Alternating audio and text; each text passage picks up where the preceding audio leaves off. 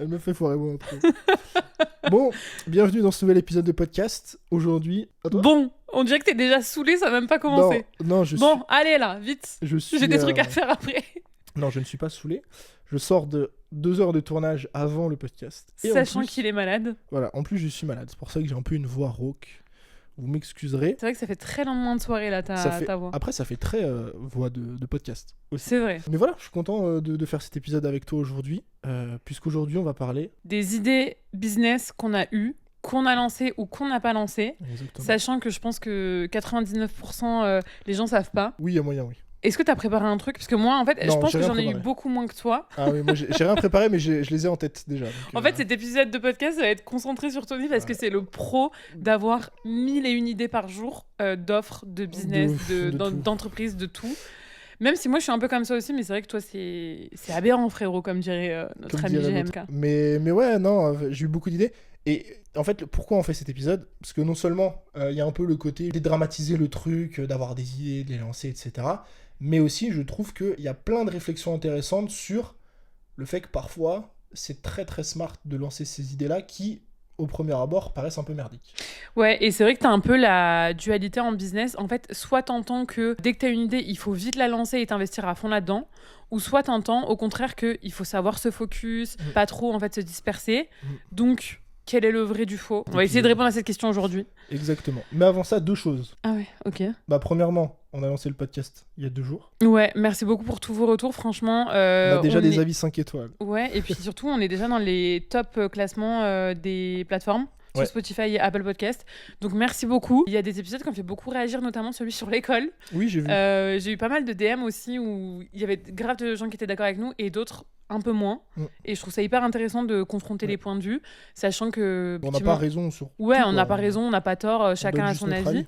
Et même nous, en vrai, ça nous fait aussi avoir des réflexions, tu vois, sur des trucs qu'on n'avait pas vus sous cet angle-là. Ouais. Et je trouve que c'est hyper cool de débattre, quoi, finalement. C'est tout le but de ce podcast. Exactement.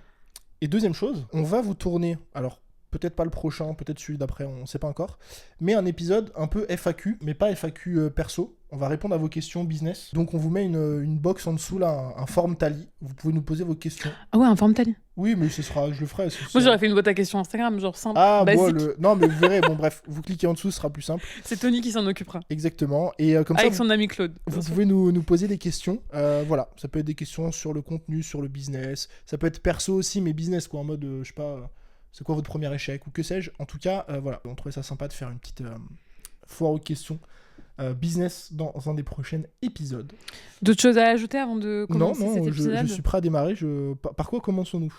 Est-ce qu'on commencerait pas par déjà faire une liste un peu de tous les projets? Vas-y, on va commencer par toi, parce que vu que tu t'es lancé dans l'entrepreneuriat avant moi, vu que tu es un dinosaure d'Internet, quand tu t'es lancé, qu'est-ce que tu t'es dit? Quelle idée t'as eue? Est-ce que direct tu t'es dit, moi je connais la réponse, mais alors, parle-nous un peu de ta réflexion à ce moment-là. Même de thématique, genre, parce que t'as commencé par YouTube, mais je sais pas, tu t'es dit, je vais parler de quoi, tu vois. Ok, en gros, moi quand j'ai démarré, je savais direct que je voulais faire de la formation. Pourtant, c'était en 2017. C'est fou. Mais parce que j'ai toujours aimé ce côté un peu pédagogique, etc. En fait, à côté, j'avais hésité un moment de faire une formation de coach sportif pour être coach sportif. Et j'ai toujours aimé ce truc d'aider les autres, de conseiller les autres, etc.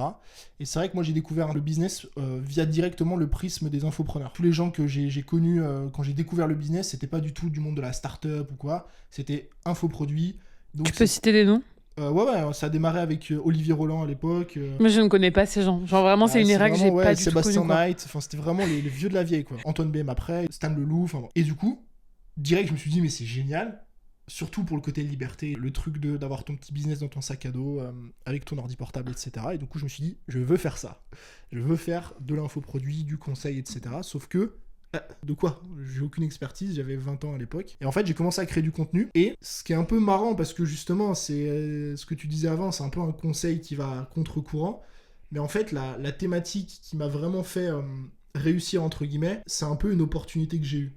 C'est-à-dire que moi, mon business a vraiment commencé à décoller quand j'ai parlé d'Instagram. Le fait que j'ai pris la branche d'Instagram, c'est surtout parce qu'à un moment donné, quand je faisais des vidéos YouTube, il y a une vidéo YouTube sur le sujet d'Instagram qui a marché. Il y a de la demande là-dedans, je vais aller creuser le sujet, donc et sur les contenus et sur les offres, et c'est ce qui a vraiment fait prendre mon business. Et en fait, je me fais toujours cette réflexion, En mode, qu'est-ce qui se serait passé si ce n'était pas une vidéo sur Instagram qui avait percé, mais une vidéo sur la permaculture. Je sais rien, tu vois. Oui, parce que j'allais dire, au départ, Instagram, ça me passionnait pas plus que ça. Hein. Oui, mais quand tu crées du contenu, t'avais quand même pas une stratégie édito bien définie, mais tu parlais de quoi? Parce qu'il y avait Instagram, mais il y avait aussi d'autres choses. Alors vraiment, t'allais voir ma chaîne, je faisais des vidéos sur la diète, donc je fais des vidéos sur le sport, sur la lecture, sur la productivité, c'est une thématique que j'ai beaucoup aimée, sur le contenu, sur YouTube, sur les livres que je lisais. Ma première vidéo sur les crypto-monnaies, dis-toi, imagine. Hein. C'était pourquoi je n'achète pas de crypto-monnaie, le BTC était à 3000 €, je crois. Je regrette de ne pas avoir acheté. Mais en fait, vraiment, dès qu'il y avait un sujet qui m'intéressait, j'en parlais. Parce que j'étais en quête de savoir ce que je voulais faire. Et le fait est que le contenu, ça m'a toujours un peu plu, etc. À un moment, Instagram, ça a marché pour moi, j'ai pris la brèche, quoi. Si c'était la productivité, peut-être qu'aujourd'hui... j'aurais fait des formations de productivité, j'aurais eu cette niche-là de productivité. Ou ça aurait pu être le sport. Bien sûr, et d'ailleurs, t'as fait grave de contenu de sport à un moment donné. On peut enchaîner sur une idée de merde, je sais pas, mais oui, à un moment j'ai lancé une chaîne YouTube secondaire sur le sport, alors que ma chaîne YouTube principale ne marchait pas, hein, mais je me suis dit, tiens, quelle bonne idée de lancer une chaîne secondaire sur le sport. J'ai fait 3 vidéos, je crois, et c'est marrant parce que je suis retombé l'autre jour dessus sur cette chaîne-là, et il y avait un commentaire d'un mec qui disait... PTDR, comment on peut donner des conseils de sport avec un physique pareil? C'est terrible. Franchement, c'est dur Internet. Aïe, c'est dur, hein. Franchement, faut avoir les reins solides quand même. Surtout quand t'as pas confiance en toi. J'avais 20 ans, tu sais. Et puis à l'époque, je me souviens, j'avais fait une vidéo sur en gros le cheat meal. Et je parlais du concept de cheat meal. Pourquoi pour moi c'était un peu une aberration, etc. Donc c'était même pas un truc. Tu sais, comment avoir des gros muscles et tout, quoi. Bah ouais, de ouf. Mais je me faisais arracher. Hein. Ouais, puis en plus, c'est pas problématique. Enfin, je veux dire, tu disais pas des trucs problématiques. Non, je disais que, voilà, le concept du cheat meal, quoi. Qu'en gros, si t'as besoin d'un cheat meal, c'est que ta diète, dans la majorité des cas, te correspond pas. Donc, il faudrait peut-être résoudre ce problème-là. Ouais, ce que disent tous les bons coachs sportifs. Hein. Mais bon, c'était il y a 8 ans, quoi. C'est 7-8 ans. Mais en plus, t'avais suivi une formation aussi à côté de ça. Alors, pas encore à ce stade. Du coup, ouais, j'ai lancé une chaîne secondaire sur le sport, que j'ai fini par arrêter, et que j'ai, à un moment donné, repris quelques années plus tard. Pas la chaîne secondaire, hein. Tu regardes sur ma chaîne principale, là. À un moment donné, quand j'étais en Malaisie, je suis parti en couille, j'ai fait 4-5 vidéos sur le sport. Sur ma chaîne principale. Parce que je me suis dit, en fait, le sport et le fitness, ça fait partie de mon truc d'entrepreneur. C'était comment s'entraîner comme entrepreneur ou un truc du genre, tu vois. Oui, puis tu voulais pas t'enfermer dans une ligne édito. Ouais, c'est ça. Mais du coup, pareil, ça a toujours été quand même un peu comme ça, même si oui, après, il y a des brèches que t'as prises à un moment donné parce que tu voyais que ça te plaisait, que ça marchait, etc. Ouais. Mais tu t'es jamais non plus dit, même tu vois, sur Instagram, maintenant tu fais quand même moins de contenu sur Instagram, t'es moins estampillé Instagram. Là, ce qui te botte en ce moment, c'est l'IA. Tu prends la brèche de l'IA, mais tu fais un peu au fur et à mesure de ce que tu vis, de ce que t'expérimentes finalement. Oui, c'est sûr. Mais pareil, il fait 3 vidéos, je pense. Ouais, bon, après voilà, une lubie de plus, quoi, finalement. Une lubie de plus, exactement. Premier constat, je trouve marrant sur les idées, c'est qu'en fait, moi je trouve qu'il y a un peu ce mythe, entre guillemets, de l'idée de business, tu vois. T'as des trucs qui, pour les gens, sont des trucs obvious, en mode, je sais pas, ça fait 10 ans que t'es passionné par un truc et tu fais que ça tous les jours, et ok. Mais moi, c'était pas mon cas. Et en fait, je trouve que le meilleur moyen de savoir pourquoi t'es fait ou ce que t'aimes, c'est de jeter un peu des pièces dans tous les sens et voir ce qui prend, quoi. Ouais, je suis grave d'accord avec toi. En fait, pour moi, il y a des business qui sont évidents. Typiquement, je sais pas, t'as été CM dans une entreprise depuis 10 ans, tu te lances en freelance, c'est entre guillemets évident que tu sois freelance CM ou consultante en communication, etc. Enfin, il n'y a pas trop la question de la niche et de la thématique. Et puis, il y a des profils où c'est pas évident parce qu'en fait, tu te lances, tu sais pas vraiment encore ce que tu veux faire, t'as pas non plus énormément d'expérience encore. Et c'est normal que tu sois perdu, entre guillemets, tu vois. Moi, c'est pour ça aussi que je voulais faire cet épisode, c'est parce qu'il y a beaucoup de gens qui culpabilisent, entre guillemets, d'être perdus, qui se lancent et qui savent pas trop... tu vois, même si, par exemple, elles savent qu'elles veulent... Moi, je connais beaucoup de nanas, c'est comme ça. Elles savent qu'elles veulent se lancer dans la communication, mais elles savent pas si elles veulent être créatrices de contenu UGC, si elles veulent faire du montage vidéo, si elles veulent être CM, si elles veulent être assistantes. Alors, non pas que... Parce que c'est un vrai sujet quand même. Je pense qu'en 2026, il faut quand même avoir un positionnement. Ça, moi, c'est une de mes certitudes. Mais il faut pas culpabiliser à un moment donné d'être perdu et de pas être sûr, quoi. Et je pense qu'il y a un truc très vrai dans ce que tu as dit, c'est que plus tu vas expérimenter, et c'est pour ça que pour moi quand tu débutes, en fait, au-delà de chercher à créer une offre précise et tout, il faut surtout, même si au départ t'es pas forcément bien payé, etc., il faut tester des choses, il faut vraiment en fait, pour moi, quand tu débutes, ton objectif, ça doit être principalement d'acquérir de l'expérience, ne serait-ce que pour voir ce que t'aimes et ce que t'aimes moins, ce qui marche moins bien. Et c'est comme ça, au fur et à mesure, que t'arrives à quelque chose de plus en plus précis. Moi, si je prends mon exemple, quand je me suis lancée, j'avais, je dirais à peu près 3 ans d'expérience en entreprise. Mais en fait, en entreprise, j'avais expérimenté plein de choses, le référencement naturel, la création de sites web, les réseaux sociaux, les newsletters, etc. Et donc forcément, quand je me suis lancée, j'ai fait ça et j'ai voulu ne pas me fermer de porte, ce qui du coup a été une mauvaise idée parce qu'en fait le fait est que ça a marché quand je me suis spécialisée sur les réseaux sociaux et sur Instagram, mais c'était normal que je me lance un peu dans tout et que tu vois j'expérimente un peu de tout, et en fait ton positionnement il s'affine aussi au fur et à mesure. Les gens ils pensent trop que tu vois le positionnement ça doit être un truc que tu définis qui est ferme et tout, qui est immuable, genre qui bouge jamais quoi. Qui bouge jamais, alors que ça va fondamentalement changer, tu vois, tout au long de ton expérience. Je trouve au-delà de l'angle en mode de toi, tu vois, en mode est-ce que moi je fais plutôt ça ou ça ou ça, je trouve même qu'en fait la question du positionnement sur la cible elle s'expérimente, parce que moi quand je vois la deuxième thématique que je connais le plus après le marketing ou le business on va dire, c'est le sport. Et en fait t'adresser à des hommes ou t'adresser à des femmes quand tu vends du programme sportif, c'est pas le même discours.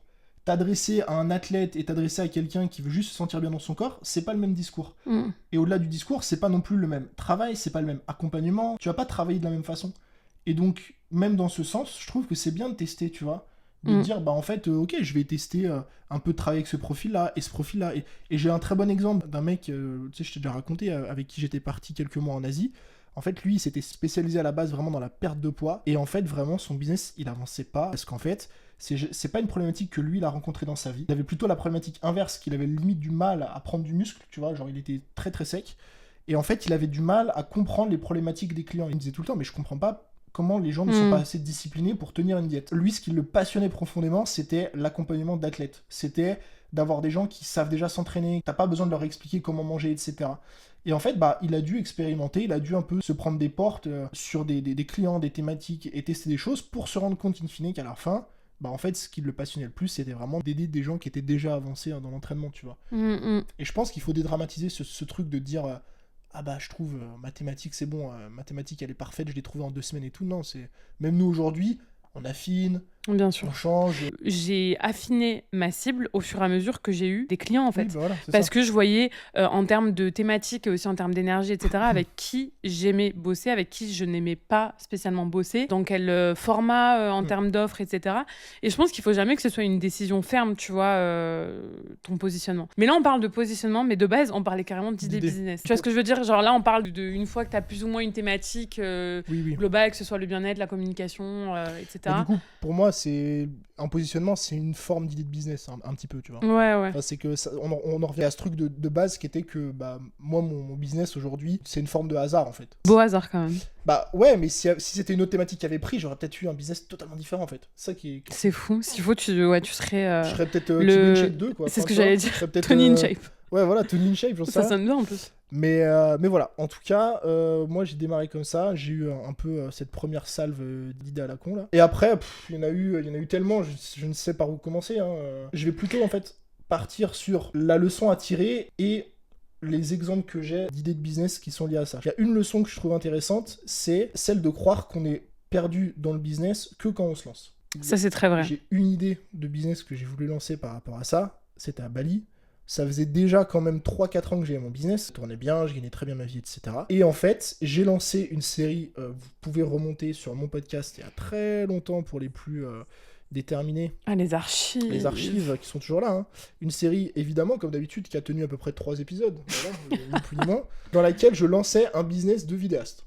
Voilà. Ah oui, putain, je savais pas ce que t'allais dire, mais c'est vrai qu'il y a eu cette erreur. Voilà, on n'était pas encore ensemble. On n'était pas encore ensemble, mais en gros, j'étais allé démarcher des business physiques à Bali, donc des restos et tout. J'en ai même fait des vlogs YouTube, c'est n'importe quoi, pour aller leur proposer mes services gratuitement. Et après, je voulais prendre ce portfolio et aller démarcher des gens. Mais les vidéos, elles étaient bien, moi je me rappelle, tu les avais montrées. Ouais, je trouvais que c'était marrant, parce que la vidéo, c'est un truc que j'aime bien toucher. Et du coup, pourquoi je dis ça? Parce qu'en fait, faut déculpabiliser sur ce truc de « Ah, je suis perdu, entre guillemets, ou je sais pas trop où je vais », alors que ça fait 3, 4, 5 ans que je fais du business. L'entrepreneuriat, c'est se remettre constamment en question, et c'est pas parce que ça fait 2, 3, 5, 10 ans que vous faites ça, Moi, aujourd'hui, je me remets en question sur des projets, je me pose des questions sur ce que je vais faire après. Des fois, j'ai des remises en question sur, est-ce que, je sais pas, je lancerai pas un autre business à côté sur un truc qui n'a rien à voir, alors que, de l'extérieur, normalement, entre guillemets, un entrepreneur avancé, c'est quelqu'un qui est sûr de lui, il sait où il va, il a pas des projets à la con à côté en mode il veut devenir vidéaste, c'est trop bizarre cette histoire. Non, enfin, si. Je suis grave d'accord avec toi. Je trouve qu'on a l'impression, quand on est débutant, que quand on sera plus avancé, ce sera plus simple. Ouais. Tout sera plus simple, tout sera plus clair, tout sera plus fluide, tout sera carré en mode c'est bon, t'as trouvé une offre, tu t'y tiens, t'es carré, t'as plus de remise en question. Alors qu'en fait, pas du tout. Comme si c'était une sorte de course avec une ligne d'arrivée. Et en gros, on arrive à la fin et c'est bon, je n'ai plus de problème de business, je n'ai plus jamais de remise en question parce que j'ai atteint le saint graal de la confiance en soi entrepreneuriale. Sauf que non, ça n'existe pas. Ça n'existe pas et surtout, ça pourrait exister, mais genre ce serait même pas challengeant. Après, chacun a ses propres objectifs, etc. Mais je sais que toi comme moi, vraiment, encore une fois, garder exactement la même offre et le même business pendant 5 ans, 10 ans, c'est un peu contre notre nature, tu vois. Tout dépend aussi de ton objectif, tu vois. Par exemple, quelqu'un qui veut très vite gagner sa vie parce que cette personne-là a des factures à payer, elle n'a pas de chômage et que du coup elle n'a pas de parachute, elle n'a pas de ressources financières et du coup qu'il faut aller entre guillemets, très vite, en tout cas rapidement. Je lui conseillerais plutôt, par exemple, le business model de la prestation de service plutôt que du coaching ou de la formation. Plutôt certains types de business, tu as certaines idées business que d'autres. Ce que je veux dire, c'est que après, plus tu vois, t'es à l'aise entre guillemets financièrement, plus tu peux te permettre d'aller tester des choses, exactement comme tu dis, des idées un peu farfelues ou des idées juste parce que ça t'est popé dans la tête hier et que du coup, vas-y, t'as envie de bosser là-dessus aujourd'hui. Ça, c'est des choses que, au début, si en tout cas t'es dans une priorité financière, tu peux pas te permettre de faire ça parce que il faut prioriser. Tu vois, il y a quand même des stades de business auxquels, tu vois, il y a des réflexions différentes derrière. Alors, je suis d'accord avec toi. Mais je mettrais quand même on n'est plus au premier épisode là. Je mettrais un astérix. Parce que là, il y a deux choses à dissocier. Parce que depuis le début, on parle d'idées. Effectivement, si tu démarres et tout, c'est un peu con de commencer à te dire tiens, je lance un business de CM et à côté, je lance une agence vidéo. Ou j'en sais rien, un truc qui n'a plus rien à voir. Par contre, et je pense qu'on va revenir dessus un peu plus tard, au sein même d'un business, ça reste bien d'aller tester des nouvelles idées au sein de son business. D'aller prendre du risque sur des idées qui paraissent un peu être des idées à la con, mais dans ton business. Exemple, du coup, je vais revenir sur une idée. Low ticket funnel. Oui, mais encore une fois, parce que toi, t'es déjà avancé, tu gagnais déjà ta vie. Ce que je veux dire, c'est que oui, tu peux prendre des risques. Il y a la réalité terrain qui fait que tu peux pas être partout. Il faut avoir un ratio. Quand ça fait 5 ans que t'es lancé, que t'as 300 000 euros de trésorerie, que t'as des choses qui tournent plus ou moins passivement, pour moi, il n'y a même pas de question à se poser. Si demain, tu as envie de te mettre 3 mois dans un projet à part entière, même si qui rapporte rien, même si c'est une idée de merde, vas-y, mais à 3000%, tu vois, il n'y a même pas de sujet. Pour moi, vraiment, il n'y a même pas de sujet. Moi, ma question, elle est plutôt de si tu gagnes plus ou moins ta vie, mais que tu n'es pas encore hyper à l'aise, etc. Là, pour moi, il y a quand même un ratio à avoir qui est j'essaie de me focus quand même, par exemple, 4 jours par semaine sur un projet principal. Et ok, le dernier jour de la semaine, je teste des petits trucs, tu vois. Toujours dans mon projet, dans mon business, quoi. Oui, voilà. On est d'accord. Non, mais oui, parce que, en fait, tout mon sujet, c'était de dire que, justement, et c'est pour ça que je parlais du low ticket funnel, à la base, moi, quand j'ai lancé le low ticket funnel, c'était un peu une idée à la con. Justement, ça faisait partie un peu de ces 20% d'idées à la con. Pour la petite histoire, je lui disais que c'était une idée nulle, de base. La petite histoire, Jess me disait que c'était une idée nulle, que ça servait à rien, qu'il y a un produit à 17 €, tu gagnais pas d'argent et qu'il fallait mieux pas le lancer. Mais c'est vrai que j'y croyais pas du tout sur le papier. Comme je suis quelqu'un de têtu, je me suis dit... Et t'as bien fait. Tu sais quoi ? Je vais tester, je vais voir. Et le fait est que ça fait partie des quelques idées un peu farfelues que j'ai eues dans mon business qui font franchir des caps. Et c'est tout mon sujet. C'est de dire qu'il faut dissocier deux choses. Il faut dissocier, ok, je me disperse sur des projets totalement différents, comme ceux dont on parlait précédemment, le truc de j'ai un business de formation business et à côté je lance un truc de coaching sportif, ça n'a rien à voir. Mais je pense que dans son business, c'est hyper important d'aller chercher 10%, 15% du temps des trucs un peu audacieux, des idées un peu à la con, sur les offres, mais aussi sur les contenus. Aussi sur les contenus, c'est ce que j'allais dire. Moi, c'est toujours ce que je conseille à mes élèves, c'est d'avoir 80% de contenu où tu réitères des choses qui ont fonctionné en termes de visibilité, d'engagement, de conversion, et 20% d'aller chercher des nouveaux formats, des nouveaux concepts, des nouvelles idées pour essayer de passer des steps, en fait. Et c'est pour ça que tout est une question de nuance, tu vois. Bien sûr, il n'y a pas de... C'est pas pour moi, il n'y a même pas de camp à avoir, mais il y a du vrai dans les deux choses. C'est que oui, il faut savoir se focus. Pour moi, c'est quand même hyper important, surtout quand tu démarres, encore une fois, et que tu as vraiment 0 résultat ou très peu de résultats, il faut savoir te concentrer Sur ce qui marche. Sur ce qui marche, tout simplement. Et pas non plus, tu vois, nous on le voit beaucoup, par exemple, des CM qui n'ont même pas eu encore un client, qui veulent déjà en fait se lancer dans la formation en ligne alors qu'elles ont 50 abonnés. Pour moi, ça n'a pas de sens, tu vois. Oui. Genre à ce stade-là, ne réfléchis pas à ce genre de projet. Ok, ça peut être du moyen long terme, ça peut être une idée dans ta tête, mais là, à l'heure actuelle, si tu veux avoir des clients rapidement, c'est pas le bon move. Tu vois, tu vas pas t'enfermer dans ta chambre pendant 30 heures par semaine pour créer ta formation alors que t'as même pas d'audience et que t'as pas de vraie preuve de la méthode que tu peux potentiellement enseigner. Tu vois, c'est dans ce sens-là. Donc pour moi, ça oui.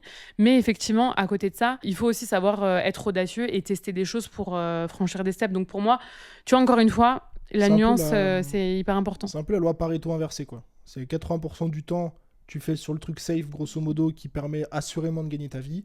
Et 20% du temps, tu vas tester des trucs un peu absurdes. Mais moi, en tout cas, quand je remonte dans mon business, c'est très souvent les trucs un peu absurdes qui n'étaient pas prévus qui m'ont vraiment fait franchir des paliers. Après, est-ce qu'on peut dire vraiment absurde ? Non. Tu vois, par exemple, une de tes formations qui a le mieux marché en termes de lancement et tout, c'est l'école des formateurs. Alors justement, c'est pas absurde, mais ce qui est C'était marrant spontané, à la base, quoi. c'est ça, c'est pas absurde, mais... Et ça, c'est moi qui ai eu l'idée pour l'information. C'est Donc vrai. ça contrebalance le ticket funnel où j'étais en mode, je suis pas sûre que ce soit une bonne idée. Mais ce qui est marrant avec cette formation, c'est qu'à la base, elle était pas du tout dans le planning. Ouais. C'était même pas potentiellement une idée, c'était un truc qu'on avait omis pour l'année complète. On devait sortir à la base une formation influence marketing. Je ne sais même pas pourquoi on voulait sortir ça.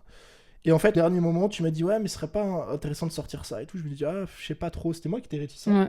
Et au final, ça a été mon meilleur lancement. Et donc, oui, c'est pas totalement farfelu, mais c'est des idées comme ça. Ouais, il y a des momentum des fois où Ouais. tu sens que tu vois le marché, tu te dis il y a un truc à faire et il faut y aller, prendre en la fait. brèche. Après, même hors business principal, entre guillemets, on a eu plein d'idées de business. Vas-y, reprenons un petit peu. On va reprendre un peu le fil. On s'est éloigné, Quand on s'est rencontrés, on s'est dit pourquoi Aïe, pas aïe, aïe, aïe, aïe. créer un compte Instagram. À l'époque, on suivait les Portugais, tu sais, je sais plus comment ils oui, s'appellent. mais je Les sais plus. Explorateurs. Explorer. Explorer House, je crois, un truc comme ça. Raquel et Miguel, non Miguel, je crois, qui faisaient des photos hyper créatives. À l'époque, l'IA n'existait pas, mais ils faisaient des trucs de bâtard en termes de montage vidéo et photo. Oui. Et on s'est dit, vas-y, ça nous plaît trop et tout. On avait même le nom Instagram, je me rappelle, je l'avais créé. C'était Couple en vadrouille avec un K au départ, au lieu Que du le C C dans le était couple. pris, non Non, parce qu'on s'était dit, vas-y, c'est Ah plus oui, stylé. ouais, Genre. on est trop différents du coup. Voilà, on a un on est trop originaux. On n'avait pas Non. lancé officiellement le compte. Non, en fait, on en avait fait un paquet de photos, pas 2-3, on avait fait au Ouais, moins juste genre pour le plaisir. 10-15 que toi tu postais sur ton compte. Ouais, sur mon compte perso. Ouais. En plus, quand j'y réfléchis aujourd'hui, je me dis, c'était quoi l'objectif, mais il y en Bah, avait pas. l'objectif, c'est d'être influenceur voyage, je pense. Oui, à c'était, l'époque, on se Enfin, disait. c'était une idée parmi tant d'autres. Parce qu'on voilà. était aussi au début, tu vois, où on voulait partir à Bali, on voulait grave Ouais. voyager, être digital nomade et tout. Et du coup, on s'était dit, bah vas-y, c'est une idée. Ouais, Puis après, moi, j'ai lancé mon business, j'ai vu que ça marchait, et puis on s'est dit, bah, Et en finalement, fait- non, on n'a même pas le temps, quoi. Voilà, je trouve intéressant, leçon à tirer de ça, c'est que on sous-estime bien trop souvent le temps que prend un projet. Ah ouais, ça Faut c'est. multiplier au moins par 3. C'est pour ça que je C'est pour dis ça que qu'on a arrêté. prioriser, c'est important aussi, Oui. tu vois. Parce que, ok, on est là pour rêver, on est là pour lancer des projets, on est là. Mais au bout d'un moment, il y a la réalité terrain qui te rattrape, qui est que, comme tu dis, bah déjà, toutes les idées ne sont pas forcément bonnes. Et surtout, toutes les idées te prennent 5 fois plus de temps que ce que Ouais. tu avais imaginé. Parce que nous, au début, on s'était dit, ok, trop simple, on a juste, si on est à Bali, à prendre des photos ensemble, et puis des vidéos, machin, on poste, et puis la commu va se développer, etc. Sauf qu'en fait, chaque photo, parce qu'on prenait des photos un peu artistiques, je sais pas si c'est le terme, mais un peu farfelu, chaque photo prenait 1 heure, parce qu'il fallait installer un setup, machin et tout, fallait l'éditer, machin. Et après, on n'a même pas développé la communauté, parce qu'en fait, ça nous prenait déjà 1 heure par jour, alors qu'on postait même pas. C'était un truc qui allait nous demander à minima 4-5 heures par jour, si on voulait vraiment prendre le truc au sérieux. En fait, d'extérieur, tout paraît simple, je trouve. C'est ça. T'as trop tendance à te dire, mais même pour le podcast, hein, parce que bah, du coup, on peut y Oui. venir. Je pense que c'était une bonne idée par rapport à nos business, parce que c'était cohérent, tu vois, par rapport à notre communauté, Oui, ça à tout ce qu'on avait ça fait. soutient les trucs, quoi. En ce sens-là, c'était cohérent. Ce qui n'était pas cohérent, c'est que ça rentrait pas dans notre vision et dans notre quotidien qu'on aimait. Mais en fait, d'extérieur, on se disait, tu vois, on a toujours Ah, le tendance... studio de podcast, précise. Non, Ouais, ce que j'ai dit. Non, parce que t'as dit le podcast. Ah, le studio de podcast, oui. Oui. D'extérieur, on se disait, ah, mais en fait, c'est tout bidon, on lance le truc, et après, on met des équipes, et ça tourne tout seul, etc. Sauf que non, Pas ça du se passe pas du tout comme ça, en fait. Pas du tout, faut gérer les problèmes. Donc, pour les gens qui peut-être suivent pas trop, il y a 2 ans, on a créé un studio de podcast, un studio de tournage. On a revendu Montpellier, au bout d'un an. qu'on a revendu au bout de 4 mois, on a cherché à le revendre. Et on l'a revendu au bout d'1 an. On a très vite arrêté parce qu'on s'est rendu compte qu'en fait, la réalité était bien loin de ce qu'on imaginait et que ça prenait 5 fois plus de temps que prévu. prévu, quoi. Ouais, et que le quotidien, en fait, ça nous plaisait pas. Ouais, c'est ça. Parce que du coup, il y avait pas mal de management et c'était toutes les contraintes d'un business physique. Donc, c'était complètement contraire aux raisons pour lesquelles on s'était lancé dans l'entrepreneuriat, de liberté, etc. Et en l'occurrence, je pense que même, tu vois, monter une marque e-commerce, ça nous correspondrait plus en termes de lifestyle qu'un business physique. Je pense vraiment qu'un business physique, par rapport à nos personnalités, c'est vraiment aux antipodes de... Ça va à l'opposé de tu dois être là, tu dois être là. Donc, Et puis tu dois gérer de l'humain, c'est tout ce qu'on n'aime pas faire. En fait, tous les points se connectent un peu parce qu'il y a un point commun qui revient depuis tout à l'heure quand même, qui est assez marrant, c'est que dès qu'on lance un projet, toi ou moi, ou nous, assez rapidement, on se fait une idée que ça ira pas. Oui, ça ira ou que ça ira pas. Voilà, c'est ça. Et moi, quand j'avais tourné les podcasts de monteur, j'en ai fait 2 épisodes, terminé. Quand j'ai lancé ma chaîne sur le sport, 3 vidéos, terminé. Et c'est aussi pour ça, je trouve qu'il faut un peu déculpabiliser sur les projets. Le fait qu'on arrête un projet, on s'en fout en fait. Mais surtout, ça t'apprend tellement de choses. Enfin, genre nous, aujourd'hui, par exemple, le studio de podcast, ça nous a appris beaucoup. On regrette pas du tout de l'avoir lancé. Mais c'est pour ça qu'il faut pas avoir peur. Pas une seule seconde, tu vois. Faut pas avoir peur de lancer, à mon sens, ses idées. Faut un peu dédramatiser ce truc de dire « Ah, je lance, et puis en fait, mais qu'est-ce qui se passe si au bout d'un mois, j'arrête parce que machin, etc. » C'est pas grave. Si moi je m'étais arrêté à tous les projets que j'ai mis en stand-by, j'aurais arrêté très vite. Parce qu'il y a un paquet de projets que j'ai mis en stand-by, in fine, parce que je m'étais rendu compte que ça me correspondrait pas. Sauf que ça, tu peux pas le savoir du moment que tu l'as pas fait. Et donc il faut le faire. C'est ça, c'est qu'en fait, c'est en faisant que t'apprends. Et je sais que c'est pas chiant d'entendre ça. C'est un peu comme quand on te dit, tu vois, il y a que le temps qui fait certaines choses. Bah, c'est pareil, il y a que l'expérience qui fait certaines choses. Et c'est comme ça que tu prends certaines décisions ou tu ne prends plus certaines décisions à l'avenir, tu vois. Bah, le studio de podcast, à moins de lancer ton studio de podcast ou d'être immergé dans la vie d'un entrepreneur qui a un studio de podcast, il n'y a aucun monde où tu peux déjà à l'avance savoir tout ce que ça nécessite. Même sur des vidéos YouTube à la con, enfin non, sur YouTube, on va te masquer 80% du travail. Enfin, oui, et puis même, tu le vis pas au quotidien.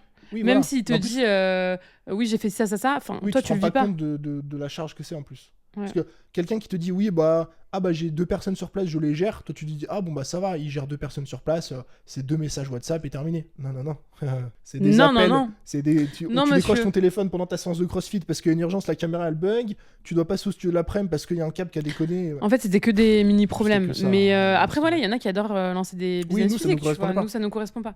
Mais ouais, ce qu'on veut dire c'est que c'est l'expérience. Est-ce que t'as d'autres idées de business que t'as eu? Oui, plein. À un moment, j'avais pensé à racheter un blog d'éducation canine. Ça, je me rappelle très bien. Pour en faire un business d'infoproduits. Un blog qui coûtait 5 ou 6 000 euros, je crois. Avec pas mal de trafic. Et l'idée, c'était après d'aller voir des éducateurs canins pour acheter leurs droits de formation, etc. Mais du coup, c'est toi qui m'avais dit que c'était une idée à la con. Enfin, c'était une idée à la con. Non, en vrai, ça aurait pu être ton 20-80. Oui, voilà, on sait pas. Mais on saura jamais. Peut-être qu'aujourd'hui. T'es passé à côté de la poule aux œufs d'or. J'aurais peut-être eu aujourd'hui le blog numéro 1 sur l'éducation canine. Mais non, du coup, ça, pareil, c'était une idée que j'avais vue, que j'ai laissé tomber. Qu'est-ce que j'ai fait d'autre ? Les cafés-librairies, alors moi... Alors ça c'est toujours dans la pipeline. Alors un jour, je vous le dis, un jour, je vais arrêter la formation et je vais ouvrir un café-librairie sur Montpellier. Donc, on va pouvoir... cartes Pokémon. Alors voilà, ça va être un concept store. On va pouvoir aller boire du bon café, on va pouvoir lire des livres. Tous les livres vendus dans la librairie seront des livres que j'aurais lus ou qu'on m'a recommandé, parce que je lis pas non plus à ce point pour avoir autant de livres, mais que des livres sur un peu tout ce qui tourne autour business, etc. Enfin, pas forcément que des livres business, mais des livres comme ça. À côté de ça, on va vendre des TCG, donc des petites cartes Pokémon à l'unité.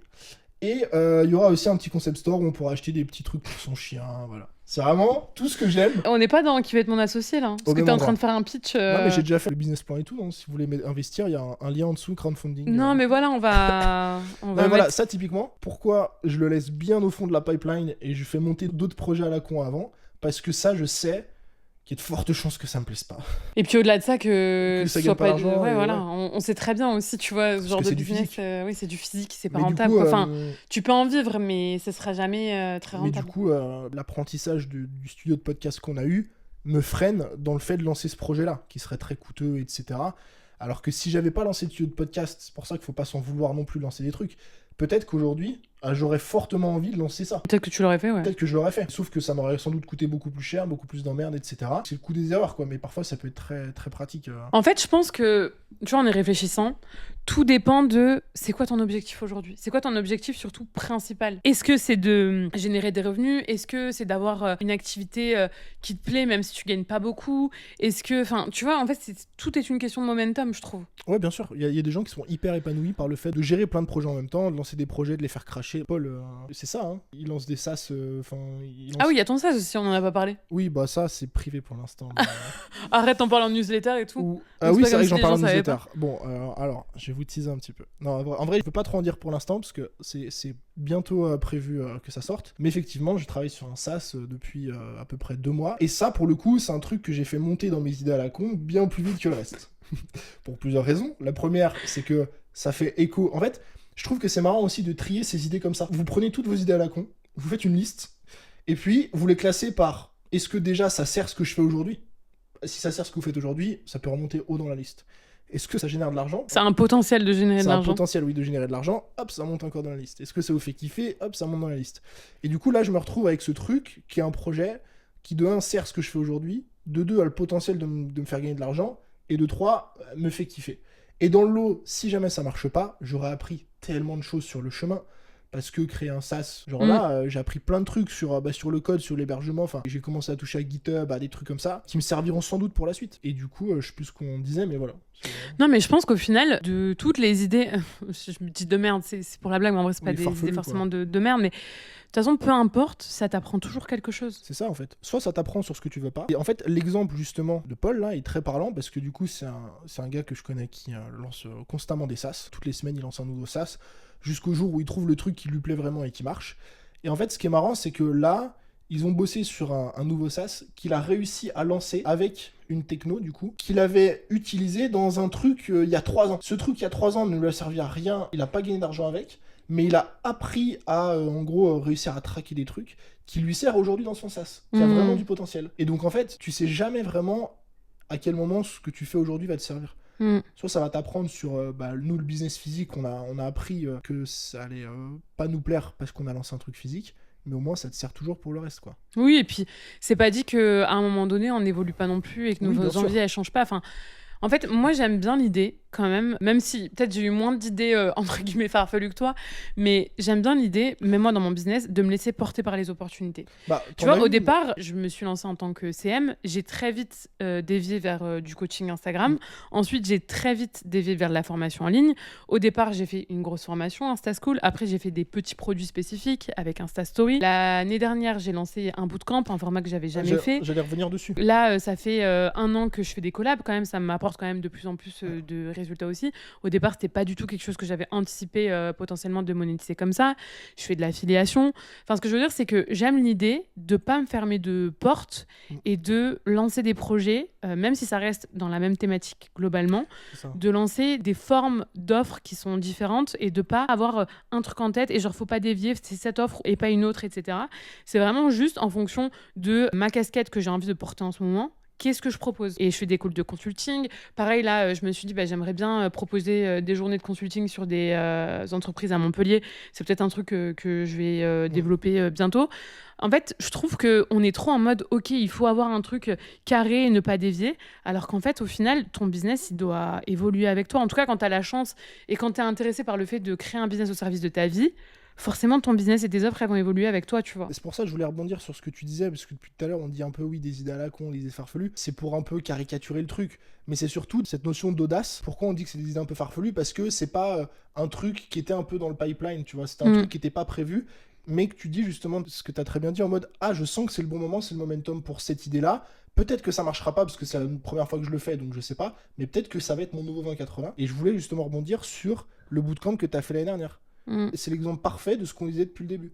En mode, c'était pas une idée qui était prévue. Toi, ton 80%, tu le passais sur le contenu, les formations, etc. T'as eu ce truc de te dire, tiens, je vais peut-être tester ça. Et t'as eu l'audace, entre guillemets, d'y aller et de tester le format du bootcamp, tu vois. Comme les collabs, etc. Et au contraire, tu vois, une offre que j'ai proposée et que je fais plus maintenant, enfin que j'ai arrêté. Après, je sais pas, peut-être que je reprendrai. Mais tu sais, la prestation en studio. Oui, et pourtant, c'était une prestation, genre vraiment, je faisais une story...